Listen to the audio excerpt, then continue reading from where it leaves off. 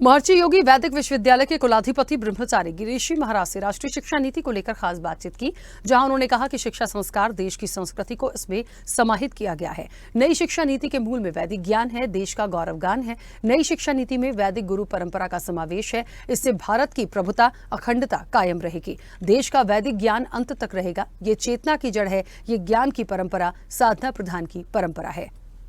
अखंड मंडलाकारम प्राप्तियेन चराचरम, इसका अर्थ ये होता है कि जो चर और अचर में व्याप्त है, ऐसा संपूर्ण ब्रह्म में वैदिक शिक्षा भी है, संस्कृति भी है और ज़रूरत है उसको पहचानने की। हम आपकी मुलाकात करा रहे हैं महर्षि महेश योगी वैदिक विश्वविद्यालय के कुलाधिपति ब्रह्मचारी गिरीश जी से। ब्रह्मचारी, बहुत स्वागत है आपका। ब्रह्मचारी, नई शिक्षा नीति आई जिसके मूल में वैदिक है, जिसके मूल में भारतीय संस्कृति है, जिसके मूल में देश की गौरव गान है। ये अलग विषय रहा कि भारत की वैदिक परंपरा कई आक्रांताओं के हमले के बाद भी जिंदा रही और उस परंपरा की अलग को अब लगातार आपकी संस्था जगा रही है। ये बहुत अच्छा है कि इस विषय में बात करने का अवसर हो रहा है। अपना जो कार्य है ये पूरा वैदिक गुरु परंपरा कहते हैं अपने, भगवान नारायण से प्रारंभ होकर आदि गुरु शंकराचार्य तक और फिर उनके बाद उनके शिष्यों से लेकर के और हम लोगों के परम गुरुदेव स्वामी ब्रह्मानंद सरस्वती जी महाराज जो हैं उनके तक ये परंपरा हम लोग मानते हैं। और फिर उसके इस परंपरा के जो इस युग के प्रतिनिधि हुए परम पूज्य महर्षि महेश योगी जी, उन्होंने इस सब ज्ञान को धारण करके और संपूर्ण विश्व के लगभग 124 देशों में भारत के ज्ञान विज्ञान की, सनातन धर्म की ध्वजा फहराई है। ये बहुत अच्छी बात है कि 2020 में नई शिक्षा नीति जो आई तो कितने 75 वर्षों बाद, अपने यहाँ कहते हैं जब से चेते तब से सही, तो ठीक है इतने वर्षों बाद आई। एक्चुअली तो जब स्वतंत्र हुआ था भारत तब से वैदिक शिक्षा का समावेश मूल शिक्षा जो अभी चलती है उसमें करना चाहिए था। कोई बात नहीं है, समय की बात है, नहीं हुआ तो नहीं हुआ, लेकिन अब हो रहा है। उसमें बहुत अच्छी अच्छी बातें आ गई हैं, बहुत अच्छे कंटेंट्स आ गए हैं उसमें। अब एक चीज़ जो है उसमें रह गई है। अभी तिवारी जी ने एक बात बड़ी अच्छी करी कि इतने आक्रांताओं के आक्रमणों के बाद भी हमारी परंपरा, हमारा शाश्वत ज्ञान, इटर्नल नॉलेज जो है वो बराबर रहा, चलता रहा और चलता है भी और चलता रहेगा। उसका कारण है कि क्यों रहेगा वो, अपनी जो परंपरा है, अपना जो वैदिक ज्ञान है वो जड़ है। और जड़ क्या है? वो चेतन तत्व जो है पूरे विश्व ब्रह्मांड का संचालन करता है, वो जड़ है, मूल है। तो अपने यहाँ एक कहावत है कि अगर आपको वृक्ष को ठीक रखना हो तो क्या करना है? वृक्ष के ऊपर चढ़ के उसके टॉप पर पानी नहीं डालते हैं, अपने जड़ में पानी डालते हैं। तो अभी इस शिक्षा में हमने बहुत पढ़ा, बहुत अच्छे अच्छे विद्वानों से, शिक्षाविदों से चर्चा करी और उसमें एक बात निकल के आई कि ऊपर ऊपर की बात बहुत सारी इसमें है, भी बहुत अच्छी अच्छी है और सब होनी चाहिए। इसमें एक और एडिशन बाकी है, वो चेतना की शिक्षा से उसको जोड़ देना। और चेतना की शिक्षा के साथ केवल थ्योरेटिक नहीं है, केवल ये मेंटल नहीं है, ये जो है चेतना का ज्ञान तब होता है, उसका विकास तब होता है जब उसका अभ्यास किया जाए। और ये अभ्यास की प्रणाली महर्षि महेश योगी जी ने पूरे विश्व को, 124 देशों को लगातार भ्रमण करके 50 वर्षों में वहाँ बहुत सारे विश्वविद्यालय, शैक्षणिक संस्थान एस्टेब्लिश करके ये नॉलेज जो है वो दी हुई है। तो अपने भी भारत में अपने चाहते हैं कि ये ज्ञान की जो परंपरा है वो साधना प्रधान ज्ञान है। आज हम इतने ऋषि मुनियों के नाम सुनते हैं, वशिष्ठ जी का नाम सुनते हैं, अपने जो है सुखदेव का नाम सुनते हैं, अपने पाराशर जी का नाम सुनते हैं। ये लाखों वर्ष बाद क्यों जीवित हैं ये? हम तो 3 पीढ़ी, 4 पीढ़ी, 5 पीढ़ी पुराने हमारे दादा परदादा, उनके नाम भी नहीं जानते। ये इसलिए आज जीवित हैं कि ये चेतना के आधार पे जीवित है, इनकी चेतना आज भी विद्यमान है, शरीर हो या नहीं हो उससे मतलब नहीं है। तो अपने को ये शिक्षा नीति में एक एडिशन, हमारे जो वाइस चांसलर हैं, कुलगुरु हैं, उन्होंने एक पत्र भी लिखा है माननीय शिक्षा मंत्री को कि इसके साथ में एक आवश्यक रूप में सबको जो है साधना की जरूर जो है वो लागू कर दिया जाए पद्धति, जिसमें कि बच्चों का, और उसके सब साइंटिफिक रिसर्चेज हैं पूरी दुनिया में, 700 रिसर्चेज हुई है, 1 2 3 नहीं हुई है। बड़ी बड़ी यूनिवर्सिटीज़ में, एजुकेशनल इंस्टीट्यूशंस में, रिसर्च इंस्टीट्यूशंस में, 37 कंट्रीज़ में, 700 प्लस रिसर्चेज, 245 डिफरेंट इंस्टीट्यूशंस में। तो ये बहुत अच्छा है। ये साधना और ये शिक्षा नीति और सारे विश्वविद्यालय, सारे शैक्षणिक संस्थान, इनको मिलकर के इसको कर लेना चाहिए। तो अपना भारतवर्ष, मसी जी कहते थे, प्रतिभा रत भारत होगा, ये अजेय भारत होगा, इनविंसिबल इंडिया होगा। ये शांति प्रदान करने वाला और शांति का फैलाव करने वाला भारत होगा, जिसकी आज बहुत अधिक आवश्यकता है। सारे विश्व में अपने लोग देख रहे हैं, डरे हुए हैं, सहमे हुए हैं, आतंक का वातावरण है, युद्ध का वातावरण है।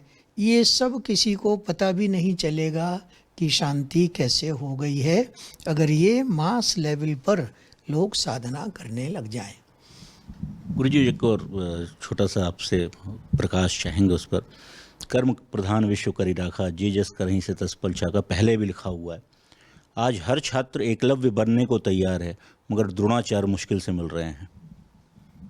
अपने तो फॉर्मूला इतना अच्छा अपने पास है कि हर एक छात्र को द्रोणाचार्य बना देंगे। ये इतना अच्छा फॉर्मूला है। ये अपनी वैदिक गुरु परंपरा से स्वामी ब्रह्मानंद सरस्वती जी से प्राप्त हुआ है, आदि शंकराचार्य देखे गए उनसे प्राप्त हुआ है। तो केवल द्रोणाचार्य नहीं, अपने को आज एक वर्ल्ड लीडरशिप की आवश्यकता है। और भारत में तो आजकल शब्द यूज़ करते हैं DNA, भारत के DNA में विश्व गुरुत्व भरा हुआ है। तो हम क्यों नहीं कर सकते? केवल हमारे को हर शिक्षा के स्तर पर, अभी हम लोगों ने बहुत सारी बहुत छोटी बुकलेट्स डेवलप करी हैं, और हम लोग सैकड़ों महर्षि वैदिक साइंस, महर्षि वेद विज्ञान के शिक्षकों की ट्रेनिंग कर रहे हैं, हर स्कूल में अपॉइंट कर रहे हैं।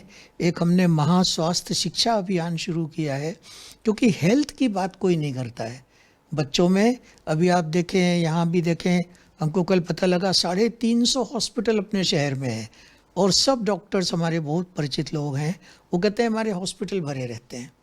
तो कोई इसकी चिंता नहीं करता कि चिकित्सा करनी तो है, लेकिन चिकित्सा करने की आवश्यकता ना पड़े। हमारे यहाँ फ्रेज है, हेयम दुखम अनागतम, दुख आने नहीं पाए, उस दुख को हटाना है जो अभी आया नहीं है। हमारे यहाँ कहते हैं prevention is better than cure. तो जब मालूम है हमको, तो हम क्यों नहीं अभी से उसका प्रबंध करते? तो अपने लोग क्या करेंगे, सारे शिक्षा के क्षेत्र में सब शिक्षाविदों का आह्वान करते हैं कि ये प्रिवेंशन का सिद्धांत, ये निवारण सिद्धांत जो है, हर क्षेत्र में, शिक्षा में, स्वास्थ्य में, कृषि में, डिफेंस में, हर फील्ड में इस नॉलेज को लगाएं। तो हर बच्चा जो है वो गुरु रूप में बन जाएगा। वो द्रोणाचार्य, कृपाचार्य जो कहें, अपने शंकराचार्य, हर बच्चे को उस स्टेटस में ले आते हैं। कैसे ले आते हैं? उसकी चेतना को उस स्तर का बना देते हैं कि वो वैसा बन जाएगा। अंतिम प्रश्न ब्रह्मचारी जी, नई शिक्षा नीति इस बात पर जोर देती है स्वावलंबन की तरफ, आत्मनिर्भरता की तरफ। महर्षि महेश योगी वैदिक विश्वविद्यालय या जितने प्रतिष्ठान हैं, जो संकल्पना आप चला रहे हैं, प्रकल्प, वो सारे स्वावलंबी भारत की तरफ ही इंगित करते हैं। तो नई शिक्षा नीति के साथ साथ चलते हुए आपके जितने विश्वविद्यालय, जितने प्रकल्प हैं, उनमें आप क्या और अधुनातन करने चाह रहे हैं? क्योंकि निश्चित तौर पर आप साइंटिफिक वैज्ञानिक शिक्षा भी दे रहे हैं, प्राचीन सभ्यता को भी आगे बढ़ा रहे हैं, और सांस्कृतिक राष्ट्रवाद की तरफ अलग तो महर्षि संस्थान पहले से ही जगाता रहा है। नया क्या, अधुनातन क्या है? आप कुछ नया हिंदुस्तान को, या यूँ कहें पूरे विश्व को, जैसा आपने बताया 162 देशों में 124 देशों में संस्थान संचालित है। क्या नई अलख क्या जगेगा पूरे विश्व के लिए? आपने दो शब्दों का उपयोग किया, स्वावलंबन और आत्मनिर्भर। अभी आत्मनिर्भर को माना जाता है सेल्फ सफिशिएंसी, पैसे की दृष्टि से हमारे पास इनफ पैसा है हमारे जीवन के संचालन के लिए, दैट इज आत्मनिर्भर। नहीं, पैसा तो जीवन में आगे बढ़ने का एक बहुत छोटा सा साधन है, पैसा सब कुछ नहीं है। उसका नाम है स्वावलंबन। स्व क्या है और आत्मनिर्भर, तो आत्म क्या है? आत्मा। आत्मा पर निर्भर। उपनिषद का वाक्य है, आत्मा वारे श्रोतव्य मंतव्य द्रष्टव्य निधिध्यासितव्य। आत्मा को देखो, आत्मा को सुनो, आत्मा को परखो, उसी में विचरण करो, उसी के संपर्क में रहो। जो कुछ करना है आत्मा के स्तर पे करो, वहाँ से जो है सब कुछ होगा। एक और शब्द है अपने यहाँ आज बहुत लोग यूज़ करते हैं, आज़ादी आज़ादी आज़ादी, उर्दू का शब्द है, अपने यहाँ उसको बोलते हैं स्वतंत्रता। स्वतंत्रता क्या मतलब है? स्व का तंत्र, आत्मा का तंत्र, ये अनफॉर्चुनेटली आज की शिक्षा में नहीं है। तो महर्षि संस्थानों ने क्या किया है, सारे विश्वव्यापी जो हमारे संस्थान हैं हजारों की संख्या में, उसमें लगाया है चेतना पर आधारित शिक्षा, कॉन्शसनेस बेस्ड एजुकेशन। हमारे सब बच्चों को वो पढ़नी है, चाहे वो इंजीनियरिंग का विद्यार्थी हो, मेडिकल का हो, साइंस का हो, आर्ट्स का हो, आर्टिस्ट हो, doesn't matter what, but they have to study consciousness. तो अभी सबको यही करने का है कि अगर सचमुच में आत्मनिर्भरता लानी है, सचमुच में स्वावलंबन लाना है, तो आत्मा से सारा विश्व जो है वो जुड़ा हुआ है। आत्मा से ही जो है विश्व ब्रह्मांड की रचना है। हमारे यहाँ कहते हैं यथा पिंडे तथा ब्रह्मांडे। और पिंड क्या है? हमारा शरीर क्या है?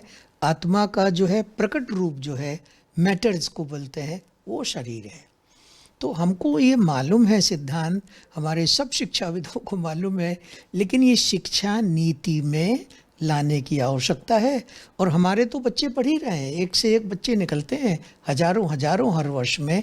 आज भी 2.5 लाख बच्चे अपने संस्थान में हैं, लेकिन पर्याप्त नहीं है। अपने यहाँ कहते हैं ना, एक चना भाड़ को जो है वो तोड़ता नहीं है। तो अपने तो हर बच्चे को भारत में एक एक बच्चा हमारा विश्व गुरु हो, ये महर्षि जी का संकल्प था, और बहुत जल्दी इसको अपने लोग पूर्ण कर लेंगे।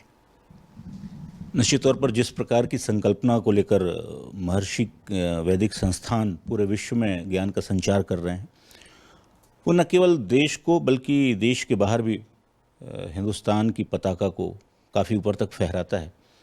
और नई शिक्षा नीति 2020 में आई, लेकिन उसके पहले, बहुत पहले से 1957 से महर्षि संस्थान देश की प्राचीन सभ्यता और संस्कृति के साथ शिक्षा और ज्ञान के भंडार को लगातार भरते जा रहे हैं, समृद्ध करते आ रहे हैं। और जिस प्रकार से गुरुजी ने कहा, ज्ञान जो है वो कोई ऐसी चीज़ नहीं है जिसे हम ट्रांसफॉर्म नहीं कर सकते। यदि इच्छा शक्ति है तो ज्ञान का ट्रांसफॉर्मेशन भी होता है। और जो आत्मज्ञान है, आत्म तत्व है, यदि उस पर ज़्यादा चिंतन करें तो निश्चित तौर पर नई शिक्षा नीति अपने आप में समेकित हो जाएगी। आपने गुरुजी आशीर्वचन दिए, स्वदेश न्यूज़ के माध्यम से आपका बहुत बहुत आभार। धन्यवाद, धन्यवाद। तो ये थे ब्रह्मचारी गिरीश जी, महर्षि महेश योगी वैदिक संस्थान के कुलाधिपति। कैमरामैन आकाश के साथ सुनील तिवारी।